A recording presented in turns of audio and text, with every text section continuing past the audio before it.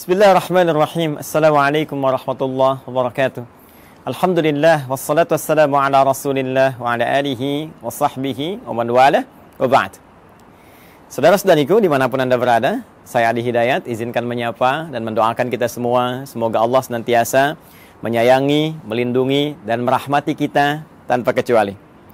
Alhamdulillah, dari sekian kita belajar dan mengamati situasi dinamika yang terjadi dalam konteks kehidupan kita, bahkan dalam skala global, menghadirkan banyak hikmah, banyak pesan-pesan, dan juga pendalaman-pendalaman dan perluasan wawasan keilmuan kita.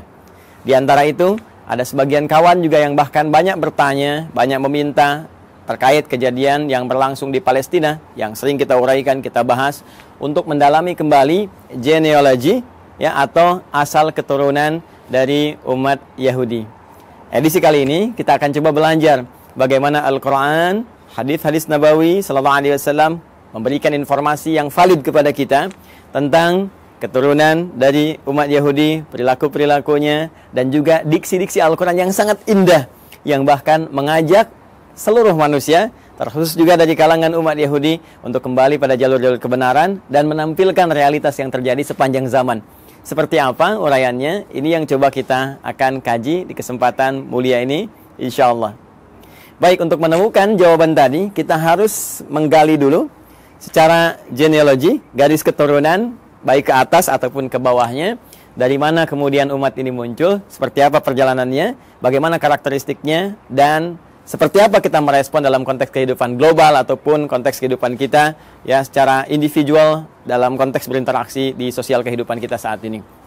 Baik, saya akan mulai teman-teman sekalian dari Abul Anbiya dulu ya. Abul Anbiya, bapaknya para nabi. Ya, gelar ini diperoleh oleh Khalilullah yang sangat dekat dengan Allah Subhanahu wa taala, yaitu Nabi Ibrahim alaihi salam, ya. Nabi Ibrahim. Baik, saya tuliskan dulu seperti ini. Ya kan? Nabi Ibrahim alaihissalam. Baik, nanti ini ada jalur keturunan ke atas, teman-teman sekalian. Ya, ada jalur keturunan ke bawah ke sini. Nah, jalur keturunan ke atasnya kalau kita sambungkan misalnya kan. Nah, ini yang walaupun ada perdebatan kita tuliskan dulu ya, dari Azar, kemudian ke Teruh, kemudian ke Abir, ya, tuliskan begini Abir. Nah, ini Abir ini nanti ada yang mengaitkan juga dengan bahasa Ibrani yang saat Nabi Ibrahim tinggal di Padan Aram, ya, yang sekarang itu wilayah Irak, dulu dikenal dengan Babilonia. Nanti kita turunkan juga, ya.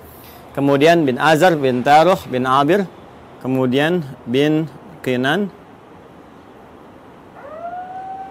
bin Arfakhshad. Tuh, ini penting sampai ada alarm tuh di komplek. Arfakhshad. Nah. Bin Azar, bin Taruh, bin Abir, bin Kinan, bin Arfakhshad, bin Sam. Kemudian di sini Sam. Nah. Kemudian bin Nuh alaihissalam. Nuh alaihissalam. Ayo teman-teman sekalian ya. Nah. Jadi ini Nabi Ibrahim alaihissalam, ya, keturunan tentunya nanti akan ketemu dengan Nabi Nuh, dan Nabi Nuh pun akan tersambung kepada Nabi Adam alaihissalam. Tapi kalau kita bahas ke atas terlalu jauh nantinya ya. Jadi kita cukupkan sini dulu. Jadi Ibrahim alaihissalam bin Azar, bin Taruh, bin Abir, bin Kinan, bin Arfakhshad, bin Sam, bin Nuh alaihissalam. Ya.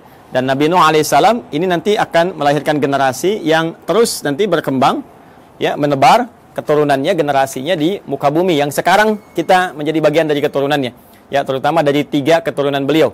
Ya, ini Nabi Nuh alaihissalam kan dalam sejarah disebutkan setidaknya ada 4 kan ya. 4 dari anak keturunan, 1 Kan'an, ya. Nah, ini yang kemudian tenggelam dalam banjir besar karena beliau tidak mengikuti arahan ayahandanya, ya. Kemudian juga nanti ada Sam. Nah, ini yang ke sini keturunan Nabi Ibrahim alaihissalam, nanti dari sini ya, tarik jalur ke atas. Dari Sam, kemudian ada Ham, kemudian ada yang keempat Yafith, ya, Yafith. Nah, ini teman-teman sekalian 3 ini nanti yang akan berkelanjutan mengikuti Nabi Nuh alaihissalam yang naik ke kapal besar itu, ya, kemudian melewati berbagai rintangan saat terjadi banjir besar, dan kemudian mendarat dan melahirkan keturunan dari sini sampai ke populasi manusia hingga saat ini. Ya, dari Sam ini nanti melahirkan diantaranya bangsa Arab, ya. Kalau mau kita rinci lagi, teman-teman sekalian, misalnya di sini nanti ada Asyur, ya, seperti ini. Yang nanti ada Assyria, yang ada Babil, yang Babilonia, nanti yang Fadan Arab.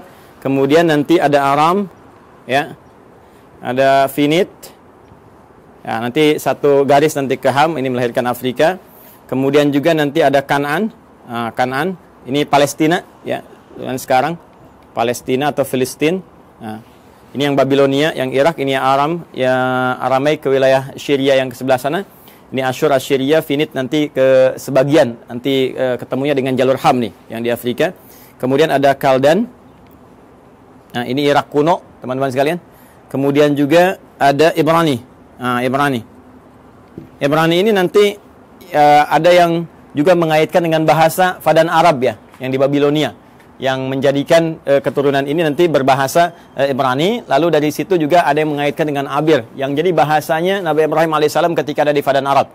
Dan ketika hijrah nanti, ya, beliau ke wilayah Syam, yang kita masuki sekarang wilayah Syria, ya, Syria, Yordania, Palestina ada di situ, kemudian juga Libanon. Nah, nanti kemudian bertransformasi bahasanya penyesuaian dengan Aramaik, karena itu nanti dari Ibrani ke Aramaik. Nanti kita gali bagian aspek bahasanya ketika sampai ke sana. Kemudian di sini juga ada Masri, ya, yang nanti melahirkan turunan Mesir, karena perpaduan dari sini, ya. Jadi kita temukan Asyur, Babil, kemudian Aram, Finit, Kanaan, Kaldan, Ibrani, Masri. Ini diantaranya, ya. Kita 1, 2, 3, 4, 5, 6, 7, 8. Kita hitung, ya, kurang lebih 8. Nah, nanti Sam ini teman-teman sekalian yang populer nanti masuk kepada unsur Semitik yang sekarang, ya, termasuk Arab di dalamnya. Jadi kalau ada kita dengar Smith, ya, musuhnya Keanu Reeves, ya, dalam Matrix itu, ya, ada si Smith. Sam bukan itu saja, nanti banyak kalau nanti kita belajar, ya, tentang pemikiran Hollywood. Saya nggak berinteraksi dengan film-film dan sebagainya, tapi saya baca sejarah, ya. Nanti kalau kita baca dengan pemikiran itu, suatu saat kita akan belajar, dia akan temukan banyak sekali Sam, dan itu sangat menarik gitu, sangat menarik. Ya, kenapa temannya yang di Lord of the Ring itu kan yang mengiringi si Sam juga, ditransforma namanya Sam juga, nanti kadang-kadang ada Smith juga dan seterusnya. Nah, itu ada kaitan-kaitan nanti, ya, kaitan-kaitan dengan pesan-pesan Semitik. Cuma Semitik itu nanti tidak akan dikhususkan kepada golongan Yahudi saja. Ya, Arab juga Semit, ya. Nanti ini turunan Semitik nih, ngambung ke sana. Kanaan, Palestina juga Semit. Jadi kalau Anda anti Semit, ya anti Palestina juga. Jadi kalau misalnya Anda bully orang Palestina, atau bahkan Anda, mohon maaf sekali, ya, kemudian bombardir, atau bahkan kemudian Anda zalimi, aniaya, kriminalisasi, itu anti-Semit juga, ya. Termasuk ke orang Arab itu anti-Semit juga, ya. Jadi Semitik ini galinya ke sini nanti, ya. Ini nanti Ham lebih kepada ras Afrika, ya, dan turunannya nanti, ya, termasuk nanti ke Finit, ini nyambung ke sini. Dan ini Yafitik nanti melahirkan bangsa Eropa, dan nanti kita akan lihat turunan-turunan yang selanjutnya. Ini garis besar dulu, ya, teman-teman sekalian, untuk menunjukkan bagaimana dari garis genealogi Nabi Ibrahim ke atas, ya, alaihissalam, sampai nanti ke Adam alaihissalam. Saya izin ambil penghapus dulu, saya hapus dulu ini, ya, kemudian kita turunkan ke bawah. Jadi saya cukupkan sampai Nabi Nuh, Nabi Ibrahim ini nanti kita turunkan generasi ke bawah. Baik, bismillah. Kita akan coba turunkan sekarang jalur ke bawahnya. Kita hapus dulu ini, supaya kita mengenal lebih jauh, dan kita temukan nanti genealogi kapan Yahudi itu ketemu. Ya, kapan Yahudi itu ketemu, ya, diksinya. Karena nanti redaksi Al-Quran tegas menyampaikan, makana Ibrahimu Yahudiyya wala Nasraniyya walakin kana hanifan muslima. Ya, tidaklah Nabi Ibrahim itu seorang Yahudi, seorang Nasrani, tapi beliau adalah seorang Muslim yang taat, Muslim yang lurus, yang membawa garis risalah sampai dengan ke atas, ya, sampai dengan ke jalur Nabi Nuh alaihissalam. Yang ini nanti akan diturunkan Quran surah keempat ayat 163, yang nanti turunan risalah Nuh ini sampai juga kepada Nabi Muhammad SAW, ya.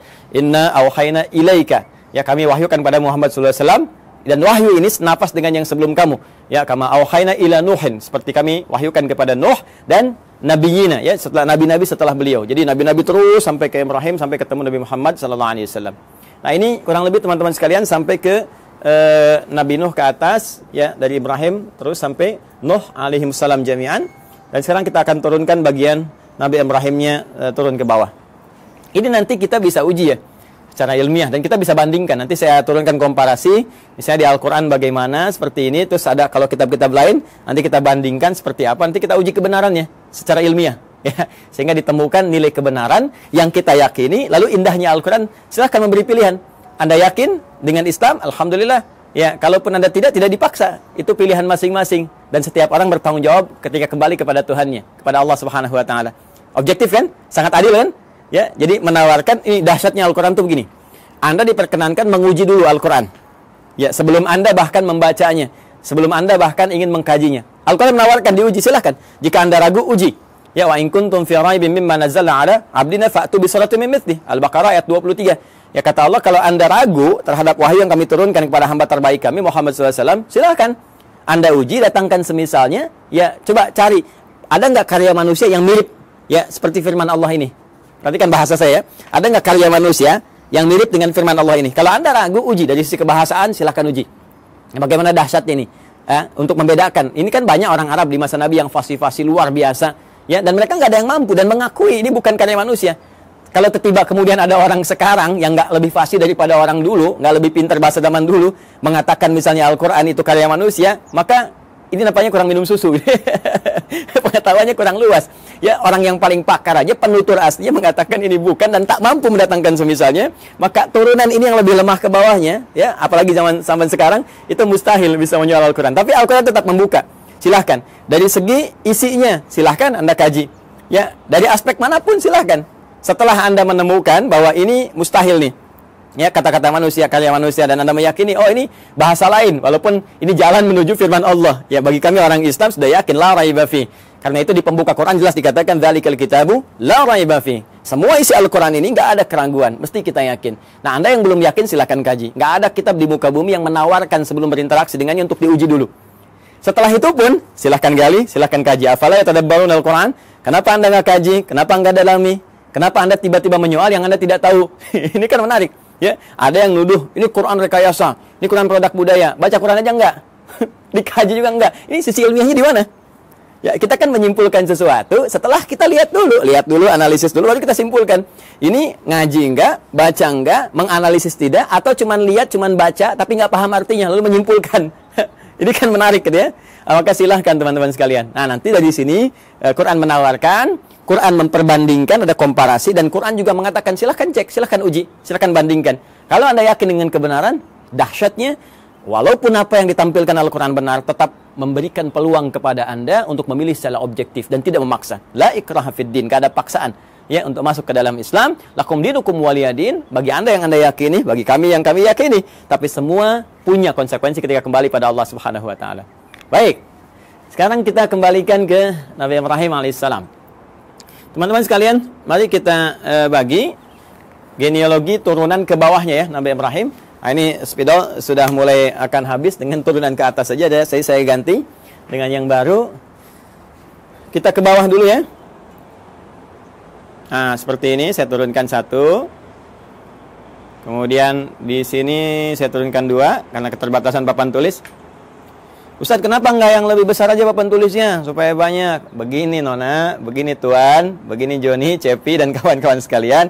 Ini akses naik ke rooftop di Quantum Ahyar Institute. Pintunya hanya cukup untuk yang ini. Insya Allah nanti kita sesuaikan. Mungkin dari bawah kita tarik ke atas agak panjang. Ya, Bismillah teman-teman. Ini 3, ini 4. Saya cukup-cupin, ya.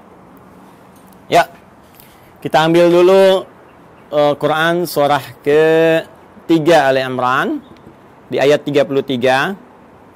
Kemudian kita tambahkan Quran surah kedua Al-Baqarah ayat 132. Ya, dari 131 dulu. Nah, nanti ke 132 sini. Ya. Saya mulai dengan Ali Imran dulu ayat 33. Ya, mari kita fokus lihat sinak di paling kiri di mushaf standar, ya. Sebelah kiri agak ke atas sedikit. Innallaha astafa Adam wa Nuha wa ala Ibrahim wa ala Imrana 'alal 'alamin. Sungguh Allah Subhanahu wa taala memilih di antara sekian hambanya itu, ya, golongan-golongan manusia tertentu, ya, dengan pribadi tertentu, karakter tertentu, dipilih oleh Allah menyampaikan risalah Allah Subhanahu wa taala. Ya, di antara mereka adalah ya, manusia pertama, Adam alaihissalam, sebagai penata pondasi awal kehidupan manusia di muka bumi. Innallaha astafa Adam wa Nuha. Nah, ini kemudian rasul pertama. Kalau Adam tadi nabi pertama, kemudian Nuh alaihissalam rasul pertama. Yang ini saya turunkan ini, ya.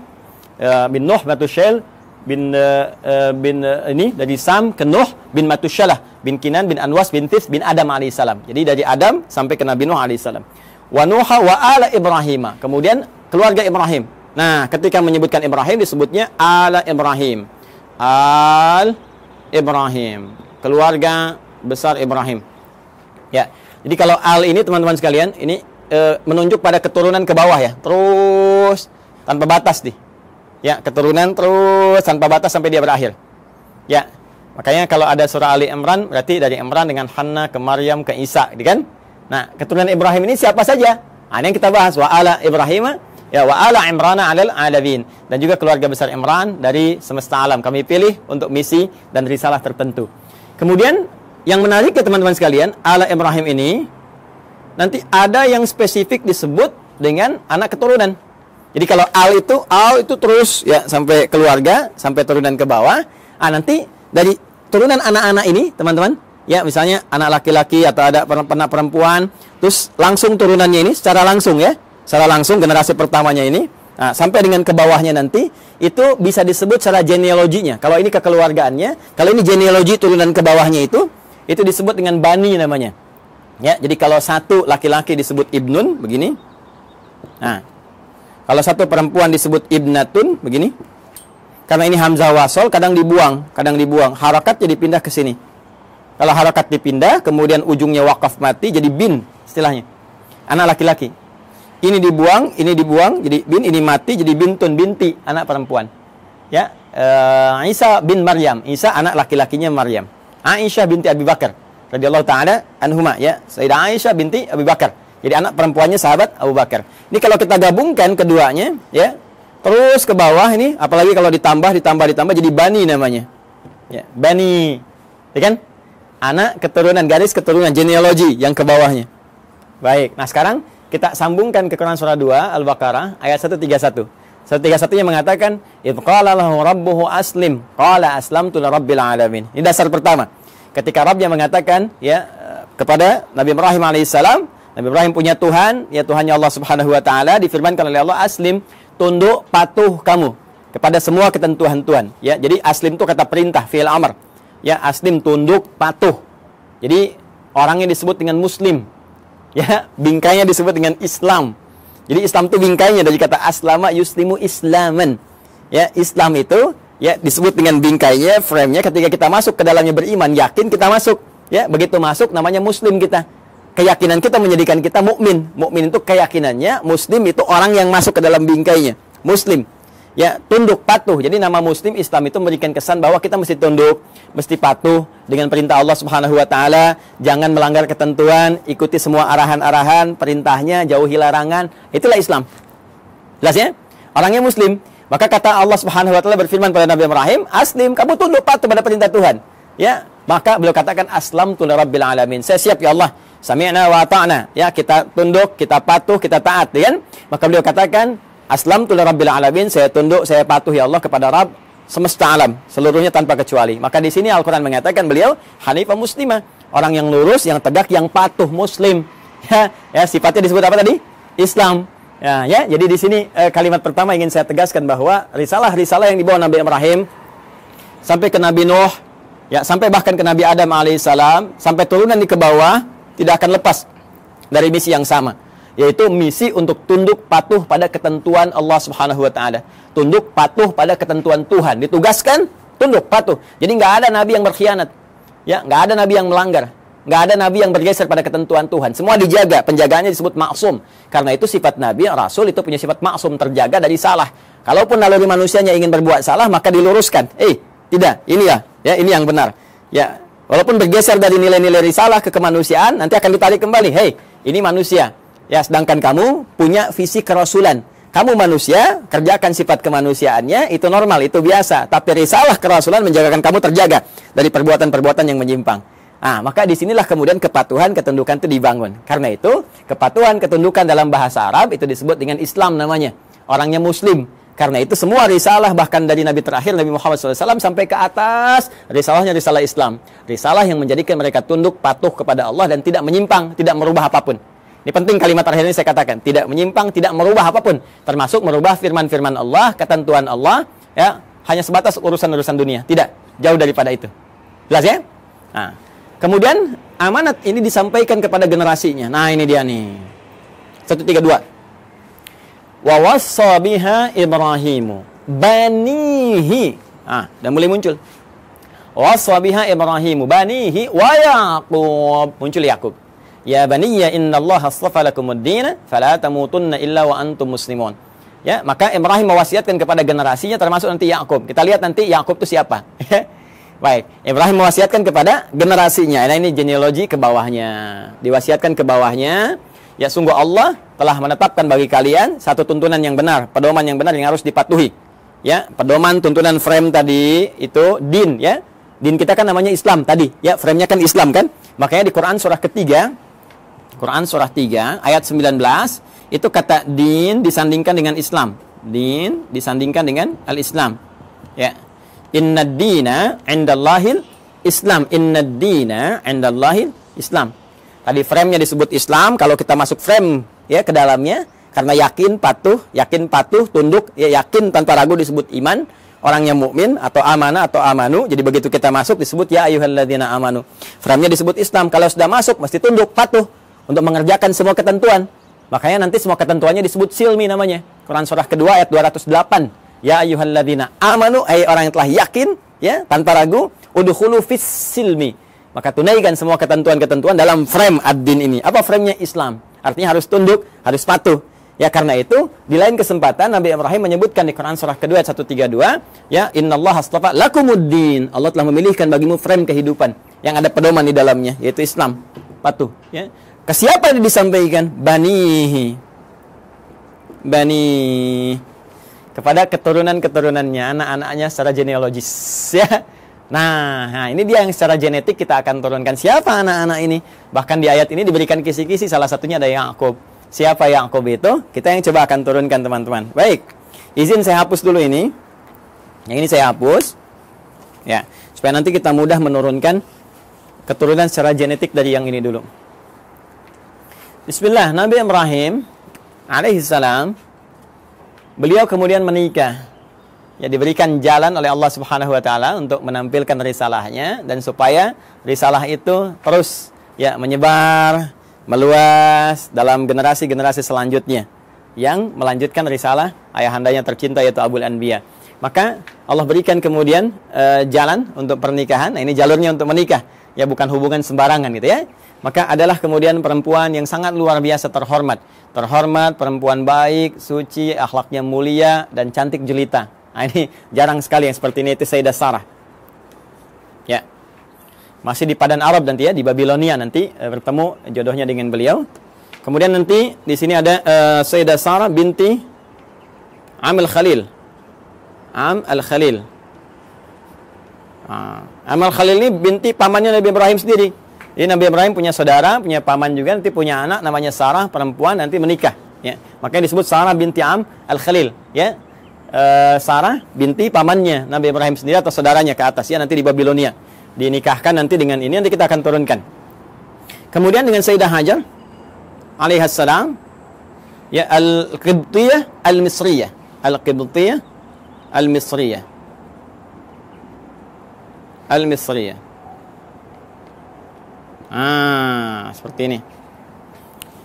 Baik, umumnya manusia saat ini atau kebanyakan itu kan orang-orang saat ini mengetahui dua ini ya, Sayyidah Sarah, Sayyidah Hajar, Sayyidah Sarah, Sayyidah Hajar, istrinya Nabi Ibrahim.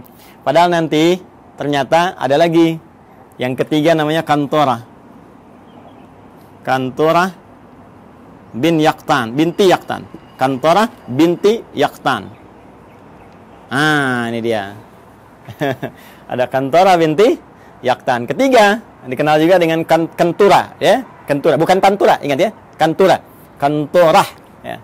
Dan yang ini yang keempat di sini Hajun. Sayyidah Hajun binti Al-Amin. Masya Allah. 1, 2, 3, 4. Sayyidah Sarah binti Amil Khalil, Sayyidah Hajar Al-Qibtiyah Al-Misriyah, kemudian Sayyidah Qantara binti Yaqtan, kemudian Sayyidah Hajun binti Al-Amin. Inilah 4 ya. 4 istri Nabi Ibrahim alaihissalam, dan dari sini kita akan turunkan dari keturunannya Sayyidah Sarah, kemudian melahirkan Nabi Ishaq alaihissalam. Ini dia ya. Sayyidah Hajar nanti melahirkan Nabi Ismail alaihissalam. Ismail alaihissalam. Nanti teman-teman penting saya sampaikan. Jadi ini Nabi Ismail alaihissalam lahir duluan. Ya, lahir duluan. Saat usia Nabi Ismail itu 14 tahun, usia Nabi Ibrahim kisaran 120 tahun, dan usia Sayyidah Sarah itu 90 tahun. Maka lahirlah Ishak. Ini kisahnya sangat menarik nih ya. Jadi Ishak itu di dalam bahasa Arab itu bisa seakar dengan kata dhahak. Ya, dhahak. Artinya tertawa bahagia. Ya, tertawa bahagia. Nah, kenapa ada kalimat ini? Ada sebagian yang menduga begini. Ada kaitan dengan Quran surah ke-11 ayat 71. Ya. Sampai dengan sama juga dengan isyaratnya di Quran surah ke-51 Adz-Dzariyat ayat 24 sampai dengan 29. Di Quran surah 11 Hud ayat 71 itu jadi kisahnya begini. Kisahnya bahkan sampai viral ya. Itu kisahnya ketika datang malaikat, ya, beberapa rombongan malaikat ingin menuju kaumnya Nabi Lut. Dikisahkan di sini nih. Quran surah 51 buka ayat 24-nya. Di sebelah kanan agak ke bawah. Ya, hal ataka haditsu dhaifi Ibrahim al-mukramin iddakhalu alaihi faqalu salama qala salam qaumum munkarun. Jadi datang serombongan malaikat mampir ke tempat Nabi Ibrahim. Tujuan utamanya adalah ke saudara beliau di Nabi Lut. Ya, jadi di situ di satu masa ada 2 distrik berbeda, nabinya ada 2, rasulnya ada 2, tuh ya. Jadi nggak setiap masa nabinya 1, boleh jadi setiap tempat itu yang berbeda ada nabi juga. Nah, ini keponakannya, Nabi Lut keponakan Nabi Ibrahim. Kemudian apa yang terjadi? Ketika akan datang yang menghukum umatnya Nabi Lut yang memang minta diadab, ini keterlaluannya, minta diadab, ya, maka malaikat mampir dulu ke tempatnya Nabi Ibrahim. Ketika itulah mengabarkan bahwa Sayyidah Sarah ini yang sudah usia 90 tahun itu akan punya keturunan, akan punya anak, akan mengandung. Maka di sini kemudian beliau disebutkan sambil menepuk wajahnya, fasaqat wajhaha wa qalat ajuzun aqim. Beliau mengatakan, apa yang seperti ini masih mungkin bisa punya keturunan? Itu sambil berdiri. Berdiri itu bahasa Arabnya qaimun, qaim. Kalau perempuan tambah tak di ujungnya, qaimatun. Ya, jadi sambil berdiri menepuk begini sambil tertawa. Ya. Ini yang seperti ini apa masih mungkin punya keturunan? Jadi ketawa gembira, tertawa tapi nepuk-nepuk, ya, seakan takjub dengan keadaannya. Maka di Quran surah ke-11 ayat 71 disebutkan, wa imra'atuhu qa'imatun fadhahikat fabasyarnaha bi Ishaq. Ya, Masya Allah. Wa imra'atuhu, sedangkan istrinya Nabi Ibrahim alaihissalam yaitu Sayyidah Sarah qa'imatun, langsung berdiri mendengar kabar itu. Ya, ketika malaikat mengatakan di surah ke-51 ini, ya, kemudian mengatakan fabasyyaruhu bi ghulamin alim, dia akan dapat anugerah seorang anak yang sangat cerdas, gulamun alim. Kalau Ismail gulamun halim, kalau ini gulamun alim. Ya, halim itu cerdas dan perasa. Ya, tapi gulamun alim cerdas. Jadi anak kamu akan lahir darimu anak yang sangat cerdas, gitu kan? Anak jenius, cerdas. Maka langsung bangkit, menepuk, tertawa gembira. Apa mungkin yang masih begini masih punya keturunan? Ya, maka di Quran surah 71, di Quran surah 11, Quran surah 11 Hud ayat 71 dikatakan wa imra'atuhu qa'imatun fadhahikat, maka tertawa gembira dan sambil menepuk bagian pipinya. Fabasyarnaha bi Ishaq, kami kemudian anugerahkan kepadanya namanya anak bernama Ishaq. Ya, yaitu apa? Memberikan kesan bahwa kamu kaget sambil tertawa, kami berikan seorang anak yang akan memberikan kegembiraan pada dirimu dan menghadirkan tertawa bahagia, tertawa gembira. Artinya yang selalu membuat engkau riang, membuat engkau bahagia sampai engkau tertawa gembira dan terhibur. Jadi apa yang kau rasakan seakan-akan sedih, gitu kan? Seakan merasakan kapan punya keturunan, sekarang kau tinggal gembira aja. Anak itu akan memberikan kesan kau sambil gembira, tertawa dan sebagainya. Itulah Ishak. Jelas ya? Nanti ada Ismail dari Sayyidah Hajar, ya, alaihissalam. Ini disebut di Al-Quran gulamun halim, anak cerdas yang punya empati tinggi, rasa tinggi. Sehingga nanti banyak kisah, kita akan masuk ke kisah itu ketika akan menurunkan Ismail sampai ke Nabi Muhammad SAW, ya. Itu bagaimana bapaknya akan membawa tugas yang tidak mudah meninggikan bangunan Ka'bah yang hancur atasnya di masa Nabi Nuh itu. Tiba-tiba nanti Ismail datang membawa batu, merasakan bagaimana beban kerja ayahnya, pengen bantuin, ya, sehingga ketika Nabi Ibrahim mulai bekerja, tapaknya disebut makam Ibrahim. Nabi Ismail membawa batu disusun-susun, susunannya disebut dengan Hijr Ismail. Sampai sekarang sudah ada di area Ka'bah. Nanti puncaknya saat peristiwa kurban itu. Nanti ya, supaya nggak terlalu panjang, kita berhenti dulu di sisi genetik dulu ya, sampai sini. Nah, dari Kantorah, Sayyidah Kantorah, ini juga nanti menurunkan ada keturunan-keturunan. Ya, diantaranya nanti satu, Madian. Nah, nanti teman-teman pernah dengar Nabi Musa alaihissalam ketika dikejar-kejar ya, prajurit Fir'aun, ya, dalam peristiwa itu kan pergi ke Madian dulu kan. Nah, ini nanti ada keturunan dari Sayyidah Kantorah. Kemudian ada Madian, ada Zamran. Ya. Kemudian yang ketiga ada Suraj. Nah, kemudian juga kita temukan ada Yukshan. Nah, atau Yakshan, boleh dibaca Yakshan, Yukshan. Kemudian juga yang kelima ada Nasak atau Naksan. Ya, Nasak ya, atau ada yang menyebutkan Nakshan, ada yang menyebutkan Nasak ya. Yang keenam sebetulnya ada 6 anak, cuma yang 6 tidak diketahui, tidak disebutkan. Jadi di Madian, Zamran, Suraj, Yuksan, Nasak, dan yang keenam ini tidak disebutkan ya. Referensi ini, teman-teman, referensi yang ini ditemukan di kitabnya. Namanya kita kasih ya sumbernya, supaya nggak dikira ini ngarang-ngarang gitu kan, tak-atik nih. Nama kitabnya At-Ta'rif wal A'lam. Karya siapa? Syekh Abul Qasim As-Suhaili. Nah, ini bukan hanya saya yang pertama menyampaikan, bahkan dikutip pertama kali nanti yang di dalam satu kitab yang populer, nama kitabnya Al-Bidayah. Al-Bidayah wan Nihayah. Karya Al-Imam Ibnu Katsir. Kalau sama dengan cetakan yang kami jadikan referensi itu ada di jilid 1 halaman 407. Ya. Ini nanti disebutkan yang 5, cuma yang 6 nggak disebutkan. Ya, jadi ini ada Madian, Zamran, Suraj, Yaksan, kemudian Nasak, teman yang ke-6-nya tidak disebutkan. Ya, kalau ada perbedaan-perbedaan sedikit tipis ya, kayak ini misalnya Nasak ada disebutkan Naksan, ini Yakshan, ada yang Yuksan, itu bacaan-bacaan di ahli bahasa atau ahli terjemah saja. Kemudian dari Hajun ini juga ada Kisan atau Kaizan, kan? Kemudian ada Suraj, namanya sama dengan ini, Suraj. Kemudian yang ketiga ada Amim, ada juga yang menyebutnya Umaim. Ya, seperti ini. Ada Kaisan, ada Suraj, ada Amim atau Umam. Yang keempat Lutan. Bukan Ethan ya, Ethan Tom Cruise. Lutan. Dan yang kelima Nafis.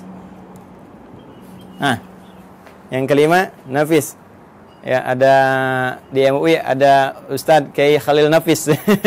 Jadi nanti nasabnya ke Nabi Ibrahim dari Sayyidah Hajun binti Al-Amin. Nah, ini ya keturunan Nabi Ibrahim alaihissalam. Ini dari sini 1, Sayyidah Sarah melahirkan Ishak, Sayyidah Hajar melahirkan Ismail, 2 kan? Kemudian dari Kantorah itu ada 6, 1 tidak diketahui, nanti 2 tambah 6, 8. Kemudian dari Sayyidah Hajun binti Al-Amin ada 5. 8 tambah 5 ada 13. Ya, 2 tambah 6, 8, ada 13 tambah 5, 13. Jadi ini kurang lebih 13 keturunan Nabi Ibrahim alaihi salam. Ya, dari istri-istri beliau. Dan nanti dahsyatnya, nanti ya, mungkin episodenya akan panjang gitu. Di Kantorah ini nanti juga ada satu penelitian, dugaan kuat bahwa itu yang menjadikan turunan dari bangsa Melayu, Jawa khususnya. Ya, disebutnya bangsa Jawi gitu kan. Jawi itu dulu ya mencakup Melayu semua, karena waktu ke Arab itu dikenalnya dengan Jawi, bangsa Jawi. Jadi Jawi itu bukan cuma Jawa yang dalam konteks ini di kita di Indonesia ada Jawa Barat, Jawa Tengah, Jawa Timur, tapi Jawi itu nanti luas termasuk Melayu dan sebagainya. Nanti suatu saat kita akan belajar ke sana. Insya Allah. Ini teman-teman sekalian, kurang lebih ya. Ini referensinya, ini gambarannya. Nah, Yahudinya kan belum ketemu. Ya, sekali lagi Yahudinya belum ketemu, maka kita harus turunkan minimal sampai tadi Yakub tadi, karena kan tadi saya katakan di Al-Baqarah 132 kan, waswabiha Ibrahimu banihi wa Yakub. Yakub siapa? Yakub. Karena ini urutannya di sini 1 2 3 4, kita turunkan ini dulu. Ya. Ini saya hapus dulu yang ini ya. Sudah dicatat ya? Kalau nanti teman-teman belum sampai catatannya, nanti lihat di rekaman ya, di review, diturunkan kembali. Nabi Ishak alaihissalam kemudian menikah, tumbuh dewasa tentunya, menikah dengan seorang perempuan mulia, jelita, ya, akhlak bagus dan sebagainya, namanya Rafkah. Rafkah binti Batuil. Ini dia. Rafkah binti Batuil. Gini ya, teman-teman sekalian. Dari pernikahan ini, ya, Nabi Ishaq alaihissalam menikah dengan Sayyidah Rafkah binti Batuil, melahirkan 2 anak kembar. Nah, ini yang gak banyak orang tahu. Ya, siapa 2 anak kembar ini? Yang pertama adalah Aish atau Isyu, gitu kan? Ya, atau Aisyu begini tulisannya. Ain, ya, sad. Ya. Ya, ini satu. Yang kedua Yakub. Yakub. Ini kembar ini. Taunya kan Nabi Ishaq, Nabi Yakub, gitu kan? Ternyata ini kakak adik. Ini kakaknya Ish atau Isyu, ini adiknya Yakub. Gitu, ya. Coba nanti setelah berkembang remaja, saya percepat saja. Yang Ish ini, Isyu ini, nah, akan ditugaskan nanti berkelana gitu kan, merantau ke wilayah Romawi, Roma ya. Rum, istilahnya Rum. Jadi ini nanti disebutkan keturunan-keturunan dari Rum ya, yang nanti mengacu kepada yang Yafith itu ya.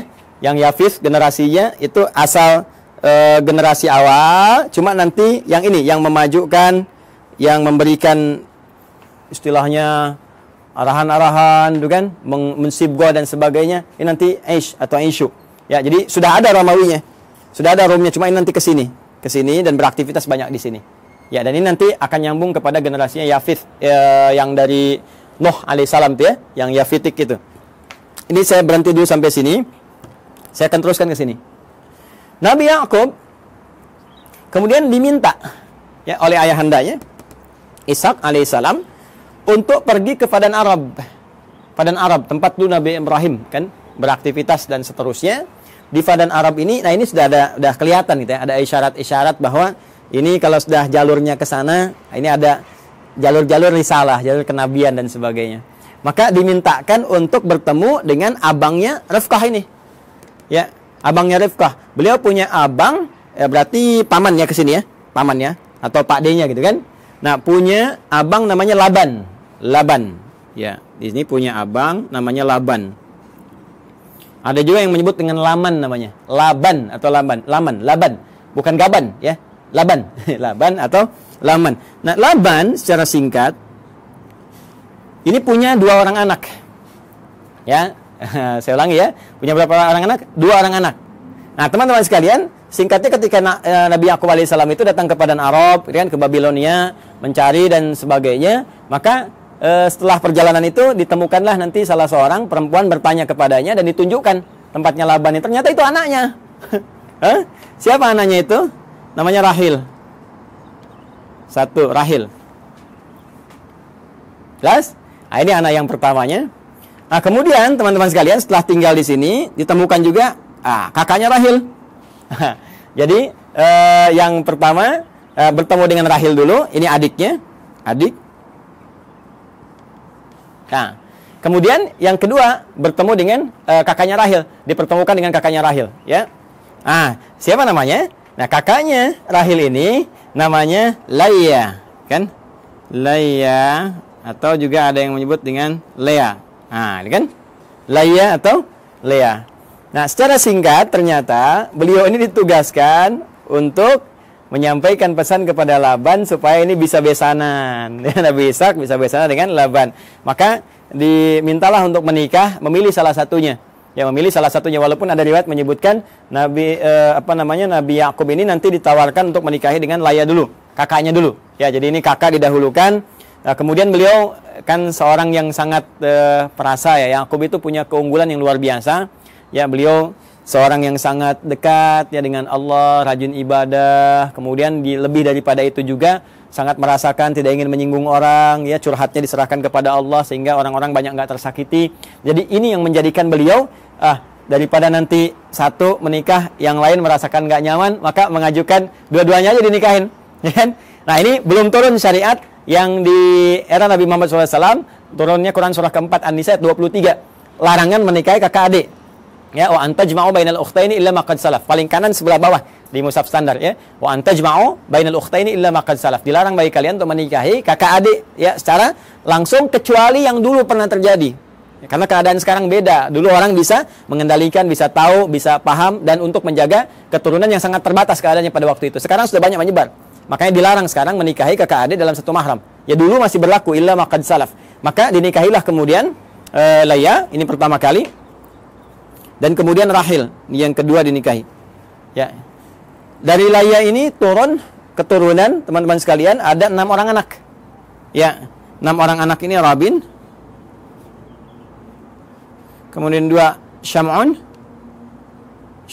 atau Simon. Dan yang ketiga Levi atau disebut juga dengan Lewi. Ya, Levi, ya, Levi. Tulisannya begini, bukan Levis ya, Levi. Lewi, gini. 4 Yahuda. Nah. Kemudian yang kelima Izaka. Ya. Yang keenam Zabulun. Nah. Dari Rahil melahirkan 2 orang anak, ya. 1 Yusuf alaihissalam, Rahil. Ya. Ini ibunya cantik sekali, cantik, jelita, taat, patuh. Makanya anaknya juga tampan, luar biasa ya. Tampan dan nantilah pas masuk cerita Nabi Yusuf, ini masih panjang, tenang aja teman-teman. Masih panjang. Dan yang kedua Bunyamin.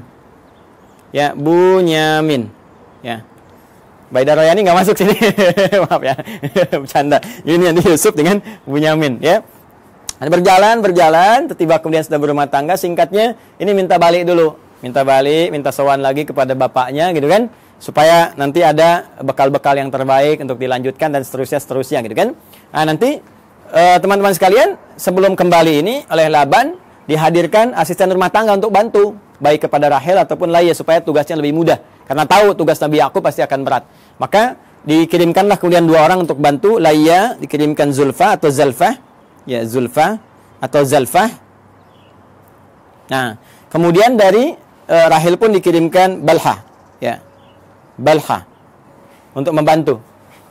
Nah, Nabi Yakub melihat, oh ini akan di rumah nih, banyak interaksi, ya. Daripada nanti aneh-aneh, lebih baik jadi mahram sekalian supaya membantu ada dalam lingkup keluarga. Makanya dinikahilah kemudian ini juga sehingga 4 genap 4 istri Nabi Yakub alaihissalam.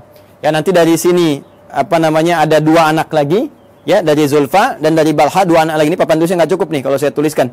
Ada Dan, ada Jad dan yang lainnya. Jadi dari sini saya sebutkan 2. Teman-teman sekalian, ada 2.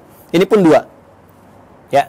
Jadi dari sebelumnya 6 dari Laya, tambah 2 dari Rahil, 6 tambah 2, 8, tambah 2 dari Zulfa, 10, tambah 2 dari Balha, 12. Inilah dari 12 keturunan Nabi Yakub alaihissalam. Jadi keturunannya ada berapa? Ada 12. Yakub ini masih mengalami tentunya masanya bapaknya Ishak dan ada yang menduga juga masih bertemu dengan Nabi Ibrahim. Jadi Nabi Ibrahim punya anak, nanti Nabi Ishak punya cucu Nabi Yakub. Tapi keturunan ke sini belum tentu jumpa. Ya, di yang cicitnya lagi sampai ke Yakub masih ada. Maka Yakub meneruskan wasiat bapaknya Ishak, Ishak meneruskan wasiat bapaknya Ibrahim. Makanya seringkali ditemukan kalimat ya Ismaila wa Ishaqa wa Yaquba gitu kan. Wal asbat ini 12 ke sini. Jadi Yakub meneruskan ke sini. Ya, nah ini teman-teman sekalian gambaran ini. Nah, Nabi Yakub ini seperti saya katakan tadi, Nabi yang sangat baik, taat, patuh, gitu kan? Ciri-ciri hamba lah. Hamba dalam bahasa Arab disebut abdun. Dalam bahasa Ibrani pada saat itu disebut dengan Isra. Ya, hamba siapa ya? Hamba Allah. Jadi kan puncak pujian Allah kepada ya ciptaannya, makhluknya, manusia itu sifatnya bukan disebut Nabi Rasul. Nabi Rasul itu menunjuk pada tugas dan berita besar yang dibawa. Puncak pujiannya justru terletak pada kalimat hamba, abdun. Makanya Rasulullah SAW ketika diisrakan itu disebutnya dengan kata abdun, subhanalladzi asra bi'abdihi, kan? Maka ini pun dipuji dengan sifat penghambaannya itu Isra, hamba Allah yang taat. Allah dalam bahasa Ibrani pada saat itu disebut dengan Il. Ya, maka disebut dengan Israel. Asalnya kata Israel ini menunjuk kepada Yakub alaihissalam. Mana Nabi Yakub nih ya? Nah, di sini. Nih. Asalnya menunjuk kepada Nabi Yakub alaihissalam yaitu Israel. Ya, Il ini sudah kita temukan juga di Jibril, Mikail, Israfil, Israel, ya, malaikatnya Allah Subhanahu wa taala. Israel hamba, ya, Il Allah yang taat, yang saleh. Anak-anak tadi yang ini, teman-teman masih ingat kan istilahnya? Ya kan? Kalau dikumpulkan semuanya menjadi bani kan istilahnya? Maka muncullah istilah Bani Israel. Bani Israel. Jadi asalnya konotasi Bani Israel itu positif. Anak-anaknya keturunan Nabi Yakub yang saleh, yang baik. Nabi Yakubnya yang saleh, yang baik. Nah itu disebutkan Bani Israel supaya memberikan kesan untuk ikuti bapakmu. Jangan menyimpang, jangan jauh-jauh. Makanya di Quran nanti banyak diksi menunjukkan ya Bani Israel, ya Bani Israel. Disadarkan lagi, hai Bani Israel, kamu ini kan punya kelebihan, bapakmu itu baik, bapakmu saleh. Jangan berbuat seperti ini. Itu menodai cita keluarga, ya, menyakiti bapakmu dan memberikan kesan yang tidak bagus itu dalam keluarga, dalam keturunan. Maka perbaiki, ajak balik. Bahkan nanti diajak untuk kembali lagi. Ketika menyimpang, ajak balik. Sifatnya disebutkan, kata kerjanya disebutkan. Nah, apa sifatnya itu? Apa kata kerjanya? Dan dari mana kemudian muncul generasi Yahudi? Ini kan? Ada yang mengatakan nih paham keagamaan, ada yang mengatakan turunan dari 12 anak yang ini muncul. Siapa 12 anak ini yang melahirkan Yahudi? Apakah itu paham, benarkah paham keagamaan atau keyakinan? Atau doktrin tertentu? Ya, sampai kagetnya sampai tukang-tukang juga lewat ngasih intro. Kalau Anda mendengar, kita akan lanjutkan dan sambungkan di kesempatan yang lain insya Allah. Edisi yang perdana tentang genealogi Yahudi dalam Al-Quran, hadis-hadis Nabi, dan fakta sejarah yang kita gali. Adi Hidayat, semoga bermanfaat. Assalamualaikum warahmatullahi wabarakatuh.